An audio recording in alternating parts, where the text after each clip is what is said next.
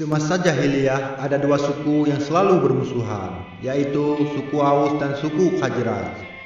Ketika cahaya Islam menyinari dan menghilangkan permusuhan mereka, sikap saling bersaing tidak bisa hilang begitu saja.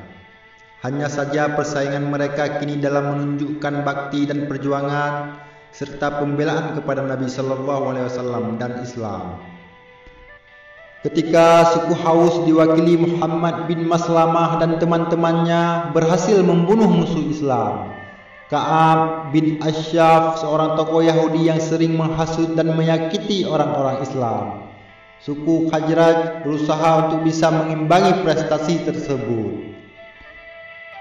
Mereka teringat pada Abu Rafi Salam bin Abu Hukaid, tokoh Yahudi yang tinggal di Khaybar yang juga sangat memusuhi Nabi Sallallahu Alaihi Wasallam dan orang-orang Muslim lainnya. Mereka meminta izin kepada Nabi Sallallahu Alaihi Wasallam untuk membunuhnya, dan beliau mengizinkannya. 5 orang dari Bani Salimah dan Bani Aslam, yakni Abdullah bin Atik, Mas'ud bin Sinan, Abdullah bin Unais, Abu Qatadah Harith bin Ribbi, dan Huday bin Aswad, berangkat ke Khaybar untuk melaksanakan tugasnya. Nabi Sallallahu Alaihi Wasallam menetapkan Abdullah bin Atik sebagai pimpinan rombongan tersebut, dan beliau melarang membunuh wanita dan anak-anak. Mereka tiba di benteng Abu Rafi ketika matahari telah tenggelam dan pintu benteng hampir ditutup. Ibnu Atik berkata kepada teman-temannya, "Tetaplah kalian di sini. Aku akan menyiasati penjaga pintu gerbang agar aku dibolehkan masuk." Abdullah bin Atik duduk tak jauh dari pintu gerbang dan menutupi dirinya dengan kain, seolah-olah sedang buang hajat. Sementara orang-orang telah masuk semuanya. Melihat masih ada orang di luar, penjaga itu berteriak, "Hai hamba Allah, jika engkau hendak masuk, segeralah, karena aku akan mengunci pintunya." Ibnu Atik segera saja masuk dan bersembunyi. Ketika penjaga telah berlalu, ia mengambil kunci dan ditaruh pada sebuah kayu panjang dan membuka pintu benteng sehingga teman-temannya bisa masuk. Mereka mendatangi rumah Abu Rafi, tetapi masih ada tamunya. Ketika tamu itu pulang, mereka memasuki rumah dan menuju kamar Abu Rafi yang berada di lantai atas. Setiap melalui pintu, mereka menguncinya sehingga akan mempersulit bantuan kalau mereka ketahuan. Ketika sampai di kamarnya, keadaan sangat gelap sehingga sulit diketahui di mana Abu Rafi berada. Ibnu Atik berinisiatif memanggil namanya. Abu Rafi balik bertanya, "Siapa itu?" Abdullah bin Atik segera saja menebaskan pedang ke arah suara itu. Terdengar jeritan, tetapi tampaknya itu belum membunuh tokoh Yahudi tersebut. Ia diam-diam keluar kamar. Sesaat kemudian masuk lagi, seolah-olah datang untuk membantu. Ia berkata, "Suara apa yang tadi aku dengar, wahai Abu Rafi?" Kata Abu Rafi, "Barusan ada lelaki yang memukulku dengan pedang. Kali ini posisinya cukup dekat, mereka berlima memukulnya beberapa kali.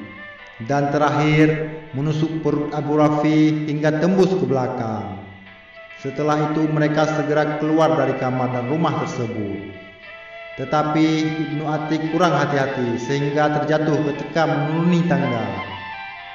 Betisnya retak dan ia membalutnya dengan sorban. Beberapa saat kemudian orang-orang berkumpul ke rumah Abu Rafi karena adanya keributan, dan mereka mendapati salah satu tokohnya telah mati.